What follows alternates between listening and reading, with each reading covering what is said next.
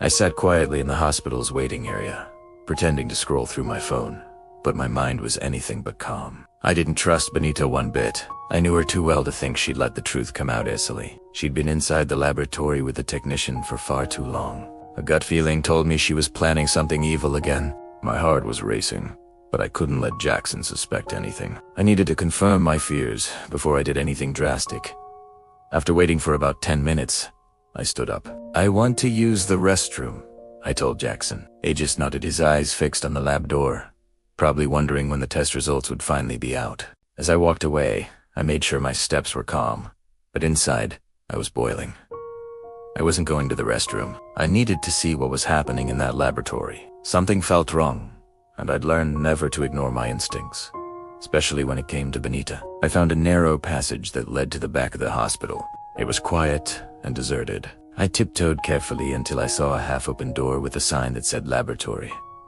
I peeked through the small gap, and what I saw confirmed my worst fears. The lab technician was sitting at his desk, already writing on the result paper. But that wasn't all right. Beside him was a thick bundle of money. I froze. My suspicion was right. Benita had bribed him to lie that she was pregnant. Suddenly, the man raised his head and saw me standing at the door. He looked shocked. "Madam, I told you people to wait. I'm coming with the result." He was trying to hide the money under some papers, but it was too late. I'd already seen everything. I stepped into the room slowly and closed the door behind me.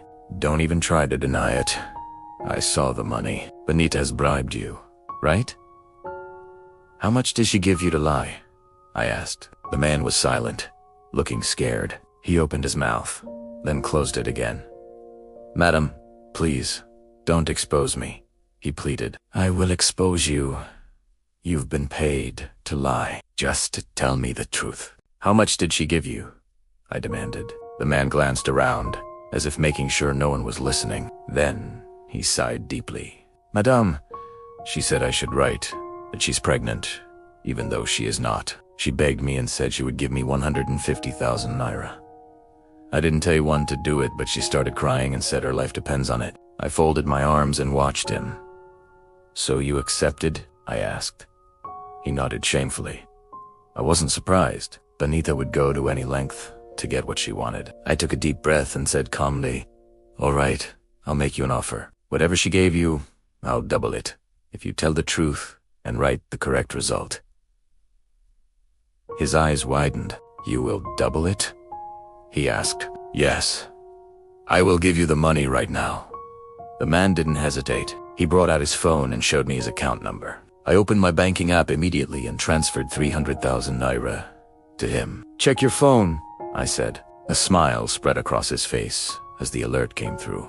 Without wasting any more time, he tore the previous result sheet and brought out a new one. "I'll write the real result now," he said. I watched him carefully as he wrote. After a few minutes, he raised his head. "Madam, here it is," he said, handing it to me. I looked at it and smiled. It was clearly written that Benita was not pregnant. Relief washed over me. Finally, the truth would come out. "Thank you. But remember, if you ever tell her about this, I will know, and I won't take it lightly." The man nodded quickly. I smiled and adjusted my bag. I can wait to see the shock on her face when she finds out I am smarter than her, I said quietly to myself. The technician looked at me and said, "Madam, please, don't tell anyone I was involved. Don't worry. Your secret is safe," I replied. I picked up the results and walked to the door. I couldn't wait to watch Benita's lies crumble right in front of everyone. This time, she wouldn't escape. As I stepped out of the laboratory, I saw Benita walking towards the waiting area, smiling like a queen. She had no idea her little plan had already failed. "Where have you been?" she asked, pretending to be calm. "I went to the restroom," I said, returning her fake smile. A few minutes later, the technician came out, holding the brown envelope that contained the test result. He smiled politely. "The result is ready," he announced. "You can all see it together." I looked at Benita's face. She was smiling widely, completely confident that her plan had worked. The truth was finally about to come out, and this time, no amount of lies or tricks would save her. Make sure to catch episode 7 to see what happens next. Thanks for watching.